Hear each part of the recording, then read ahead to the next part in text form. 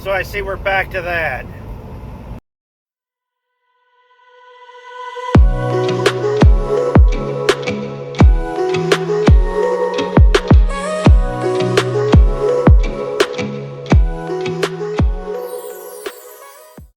When we started doing what we do here, or just like with any job, there is a plethora of unknowns. Everything is unknown.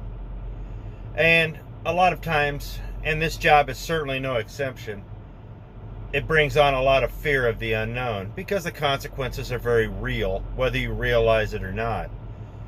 And what I really want to do in this video is talk about that, because sometimes your fear is warranted. Sometimes it's just because it's new. And we all go through that. So I'm going to tell you some stories, and I'm going to tell you how I got over it. And hopefully, if you got something going on, maybe you can get over it too. As a lot of you know, I used to train people how to drive.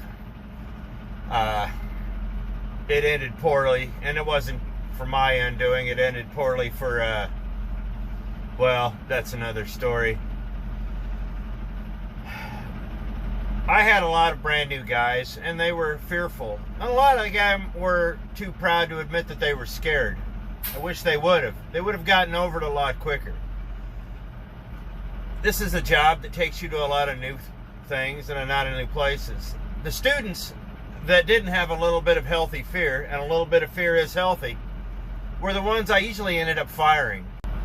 Because without that fear, they were reckless and they were dangerous because they did not respect what they were doing. There had a couple of them that were arrogant and cocky and didn't fear what they were doing because of ignorance. So a little bit of fear can be a healthy thing, but too much of it can be crippling.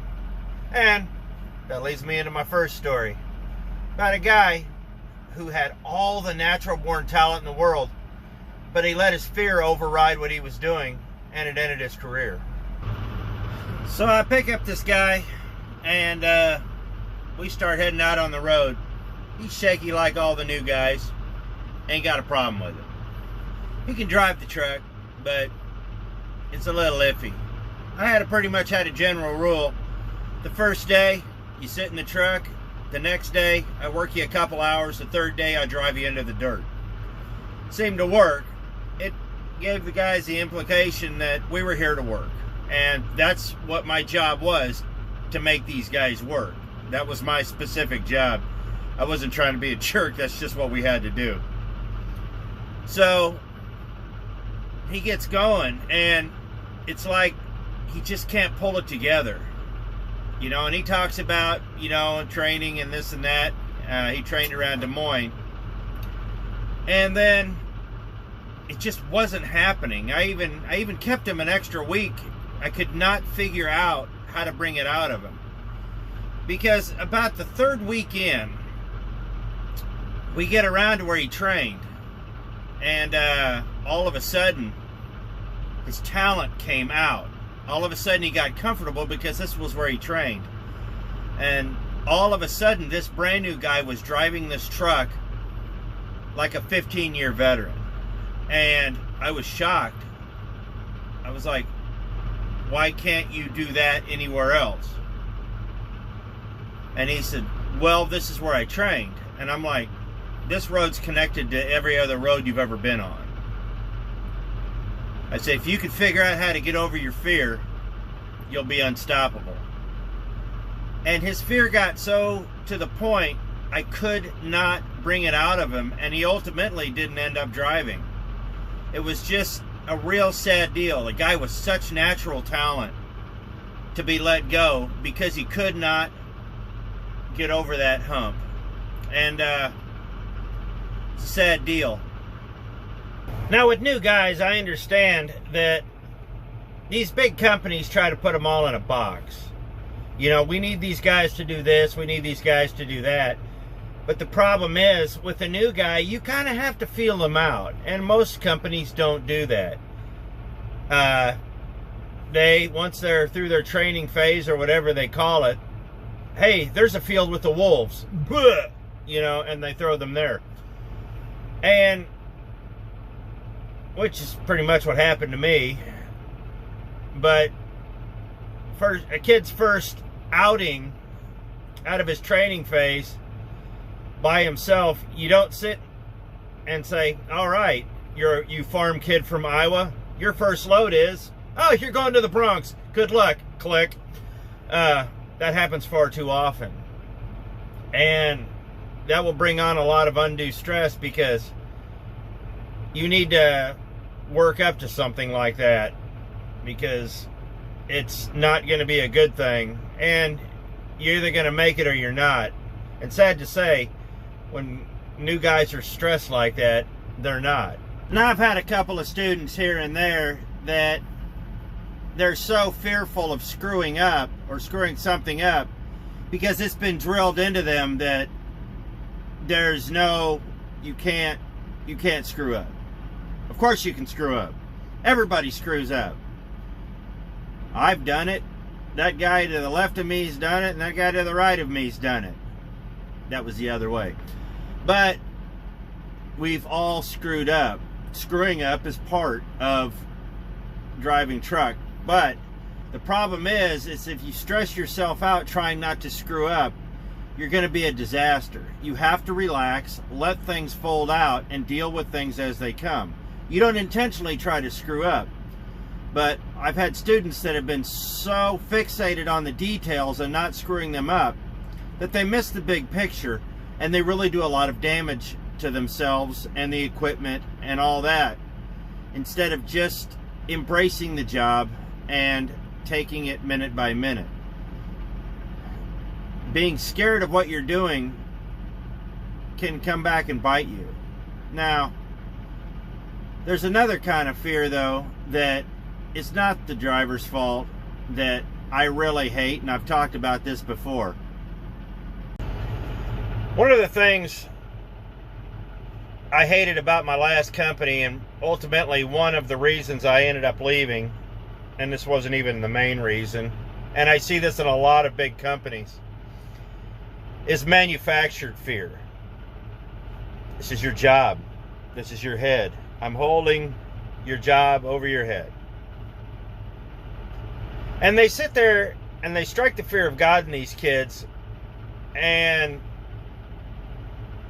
manipulate them into doing things that intellectually these kids know not to do. They don't think they can stop. They don't think they can rest. They don't think it's horrible. And then when they do screw up something a little, they are chastised, beat, and sometimes fired. It's awful. It's the meat grinder. There's no retention.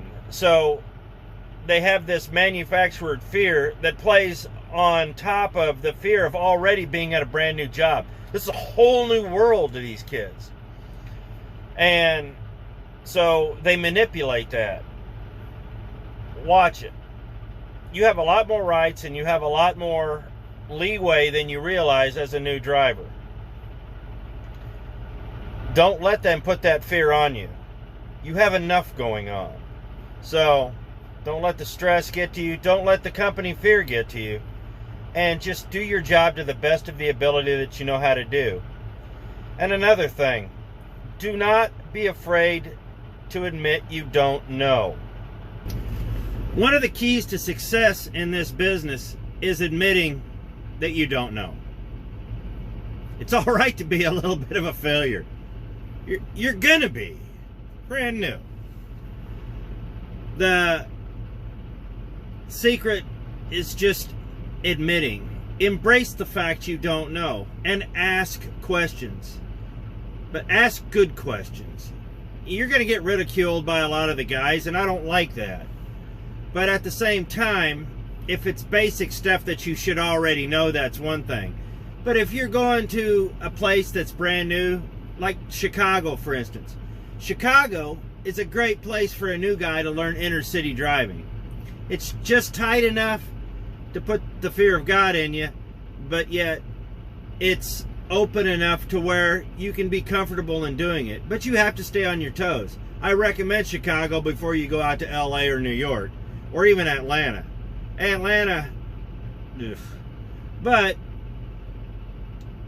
you have to be able to ask questions, and you have to admit, you just have to admit certain things and accept certain things. You're new. You may be talented, but you're not skilled. Skill comes later. I've been doing this 20 years, and trust me, I still ask questions. So, don't be afraid to admit that you don't know, because admitting that you don't know is going to get you a whole lot farther than you trying to do it on your own and screwing up. So, this is not a job where you got to fake it till you make it. Don't fake it.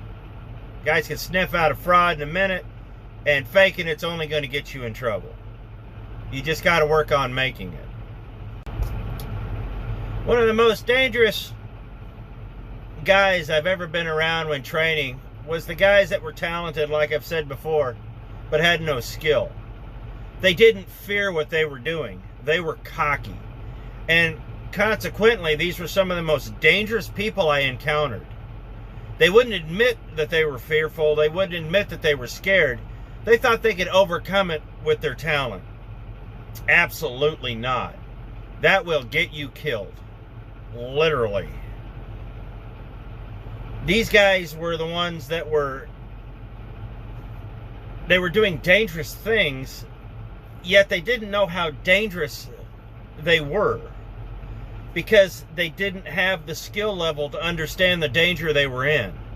They didn't respect what they were doing. Like I said, fear can be a healthy thing. You need to respect it. Just don't let it be crippling. I've told you guys a story in my first job before, so I'm not really going to rehash it. I basically was thrown to the wolves about 2.5 hours in. First trip to Chicago was like that. But you know, I've been to Chicago, been to Atlanta, been to all over. I've been to Miami, I've been to New York City, I've been to the Bronx, been to LA, Seattle, Portland, Houston. I haven't been everywhere, but I've seen it from here. There was fear in all of it. It's just the fear of the unknown, but the fear can be a little exciting at times too. Starting off in this business, I, like everybody else, had to cut my teeth. It was stressful. I didn't know what I was doing, and I had to learn it pretty quick. You know, you have to pay your dues. You have to go through it. There's no easy way. I went through it. Everybody else who does this job goes through it. You know, starting off, I remember running out to the West Coast for the first time by myself. It was terrifying. It was lonely. I did not know what I was doing. And, you know, I'd come from the wheat fields. I'd come from the country. And suddenly, I'm in the big city. So, you know, you have to learn how to adjust. And it's not easy. As I've said, fear is something, a little bit of fear can be healthy. But most of it's manufactured in our own heads. It's true. And if I'd listened to fear, you know, dictate my own beings and what, I never would have bought the truck. I never would have gotten out of the wheat field. I never would have gotten to where I was. When I was talking to people about buying my first truck, everybody told me I was nuts. It was scary. It really was scary. I'm making a commitment that has no net under it. I am putting it all on the line. I am risking everything for this mechanical pile to get down the road. Everybody was against me. Everybody talked down to me. Everybody acted like I was going to fail, and they put the fear into me. Let me tell you something. A little bit of fear, like I said, but If I'd known how easy it was, I would have done this 5 years sooner. Now, don't get me wrong, doing it right out of school is probably not the best way to do it. But I'd done the homework. I'd crunched all the numbers. I had looked at trucks. I had done all this work, but the fear kept me from, the fear of failure kept me from doing what I wanted to do. But one day I said, if I'm going to do this, I need to do it now. You know, my buddy Lloyd, him and I were talking about driving trucks or buying trucks, and he was kind of hem-hawing. He saw a truck he liked. He drove down to Tulsa with an attitude that he was going to buy. It just came over him all of a sudden. And he got down there and the truck was sold. And he said, well, what about that truck next to it? Never looked at it before a day in his life. Never test drove it. Never. He just bought it. And I said, Lloyd, are you nuts? What'd you do that for? He said, driver, if I hadn't done that, I didn't want to spend the next year wishing I had.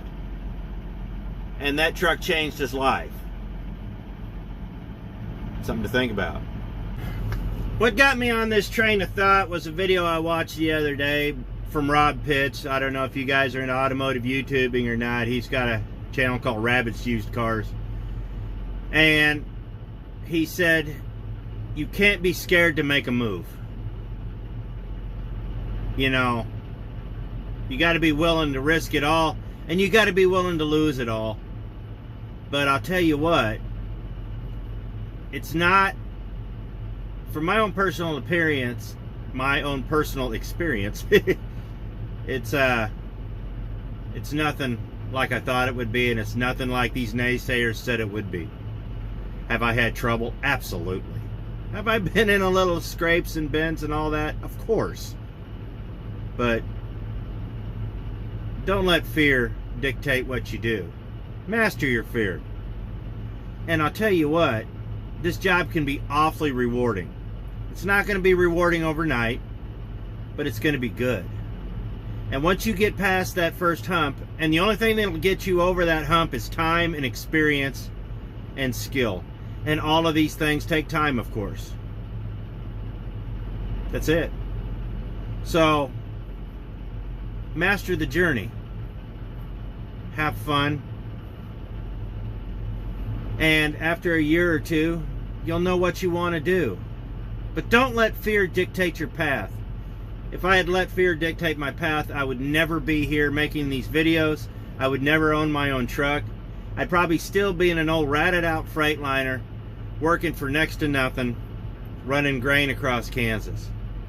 Instead, I own my own business. I make really good money. And I'm making these videos, and I'm doing the things that I want to do and living the life that I want to live, because I didn't let fear dictate what I was doing. So, hey, if you're going to be in this business anytime, face it, you're going to break things. You're going to hit things.